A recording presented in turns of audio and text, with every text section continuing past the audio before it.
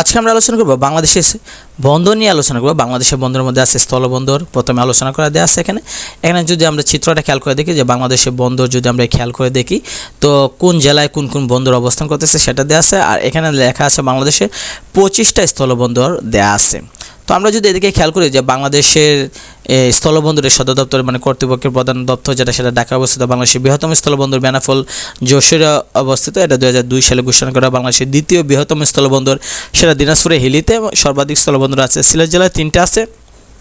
মিয়ানমারের সাথে বাংলাদেশের একমাত্র স্থলবন্দর হচ্ছে সেটা টেকনাফ। সর্বশেষ স্থলবন্দর সেটা হচ্ছে মুজিবনগর স্থলবন্দর মেহেরপুরে অবস্থিত। প্রস্তাবিত আরও 2টা স্থলবন্দর আছে, একটা হচ্ছে প্রাগপুর দৌলতপুর কুষ্টিয়া, আরেকটা হচ্ছে মোগলহাট সেটা লালমনিরহাটে অবস্থিত। এখানে 25টা স্থলবন্দরের নাম দেওয়া আছে। স্থলবন্দরের নাম কবে ঘোষণা করা হয়েছে, বাংলাদেশে কোন কোন অংশ পড়ছে এবং ভারত বা মায়ানমারের কোন কোন অংশ পড়ছে। যেমন প্রথমটা দেওয়া আছে বেনাপোল, সেটা ঘোষণা করা হয়েছিল 2002 সালে 12 জানুয়ারি এবং এটা বাংলাদেশে পড়ছে বেনাপোল যশোরের মধ্যে অবস্থিত। আর ভারতে পেট্রাপোল বনগাঁও ভারতের মধ্যে অবস্থান করতেছে। তো আমরা যদি 3 নম্বরটা দেখি যে আখাউড়া, সেটা 2002 সালে ঘোষণা করা হয়েছিল, সেটা বাংলাদেশে অবস্থান করতেছে আখাউড়া ব্রাহ্মণবাড়িয়ার মধ্যে। আর ভারতের রামনগর আগরতলা ত্রিপুরার মধ্যে। তো এদিকে খেয়াল করলে দেখা যাবে যে 25টা স্থলবন্দর দেওয়া আছে এখানে। সর্বশেষ হচ্ছে মুজিবনগর স্থলবন্দর, সেটা 27 মে 2021 সালে মুজিবনগর মেহেরপুরে অবস্থান করতেছে। আর ভারত হচ্ছে চাপড়া কৃষ্ণনগর নদিয়া ভারতের মধ্যে। তো সমুদ্র বন্দর যেটা সেটা খেয়াল করলে আমরা যে বাংলাদেশের দক্ষিণ দিকে শুধু সমুদ্র বন্দরের অবস্থান করতেছে, যেটা বঙ্গোপসাগরের মধ্যে অবস্থান করতেছে। এর মধ্যে আছে চট্টগ্রাম বন্দর আছে এবং পটুয়াখালী যেটা পায়রা বন্দর সেটা আছে। বাংলাদেশের 3টা স্থলবন্দর বা বাংলাদেশের 3টা সমুদ্র বন্দর আছে। এর মধ্যে হচ্ছে বাংলাদেশের সমুদ্র বন্দর 3টা হচ্ছে, প্রথমটা হচ্ছে চট্টগ্রাম সমুদ্র বন্দর, দ্বিতীয়টা হচ্ছে মোংলা সমুদ্র বন্দর যেটা বাগেরহাটে অবস্থান করতেছে, তৃতীয়টা হচ্ছে পায়রা সমুদ্র বন্দর যেটা পটুয়াখালীতে অবস্থান। চট্টগ্রাম সমুদ্র বন্দরটা কর্ণফুলী নদীর তীরে অবস্থিত, এটা 1887 সালে 25 এপ্রিল। আর মোংলা সমুদ্র বন্দর পশুর নদীর তীরে অবস্থান করতেছে, সেটা 1 ডিসেম্বর 1950 সালে। আর পায়রা সমুদ্র বন্দর যেটা সেটা রাবনাবাদ চ্যানেল সংলগ্ন আন্দার মানিক নদীতে, সেটা 13 আগস্ট 2016 সালে ঘোষণা করা হয়েছে, যেটা 3 নম্বর সমুদ্র বন্দর হিসেবে। স্বাধীন বাংলাদেশের নির্মিত প্রথম সমুদ্র বন্দর কিন্তু পায়রা সমুদ্র বন্দর। এর আগে কিন্তু চট্টগ্রাম যেটা সমুদ্র বন্দর সেটা 1887 সালে, আর মোংলা যেটা 1950 সালে।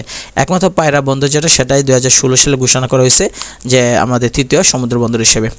তো বাংলাদেশের প্রবেশদ্বার চট্টগ্রাম সমুদ্র বন্দর আমরা সবাই জানি। গভীর সমুদ্র বন্দর স্থাপন করা হয়েছে কক্সবাজার জেলার মহেশখালী মাতার বাড়িতে।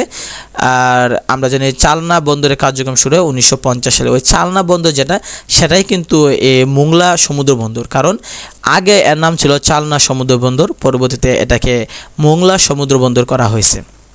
নদীবন্দর যদি খেয়াল করে দেখি বাংলাদেশের বর্তমান নদীবন্দরের সংখ্যা আছে 48টা। বাংলাদেশের প্রধান ও বৃহত্তম নদীবন্দর নারায়ণগঞ্জের শীতলক্ষা নদীর তীরে অবস্থিত। বাংলাদেশের সর্বশেষ নদীবন্দর হচ্ছে আপনার সুলতানগঞ্জ নদীবন্দর, সেটা হচ্ছে রাজশাহীতে।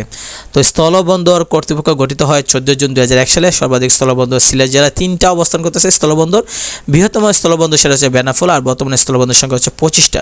তো বিশেষ একটা প্রশ্ন আসছে, পিএসসি সরকারি বিভিন্ন সরকারি চাকরি পরীক্ষা আসছে। এদিকে যদি আমরা খেয়াল করি ঢাকা বিশ্ববিদ্যালয় ভর্তি পরীক্ষা আসছে, বাংলাদেশের প্রাচীনতম বন্দরের নাম কি আমরা জানি? বাংলাদেশের প্রাচীনতম বন্দর নাম হচ্ছে সমন্দর। এটা যেটা বাংলাদেশের সবচেয়ে বড় স্থলবন্দর কোনটা আমরা জানি যে বেনাপোল, যেটা সেটা হচ্ছে এই সবচেয়ে বড় স্বাধীন বাংলাদেশের নির্মিত দেশের প্রথম সমুদ্র বন্দর যেটা সেটা হচ্ছে আমরা জানি পায়রা সমুদ্র বন্দর। এটা হচ্ছে বাংলাদেশের নির্মিত মানে বাংলাদেশের সময়ে। এর আগে যেটা সেটা ব্রিটিশ আমলে ছিল। আর 1950 সালে মোংলা যেটা সেটা ছিল পাকিস্তান আমলে। তো রাজশাহী বিশ্ববিদ্যালয় আসছে, চট্টগ্রাম বিশ্ববিদ্যালয় গুচ্ছতে মেডিকেল ও ডেন্টাল 2টা প্রশ্ন আসছে। তো এটা পড়লে স্থলবন্দর সম্পর্কে যদি আমাদের প্রশ্ন আসে বা সমুদ্র বন্দর বা আসে, তাহলে আমরা দেখা যাবে যে আমরা নদীবন্দর সম্পর্কে আসলে একটা প্রশ্ন হলে কমন পড়ার সম্ভাবনা থাকবে।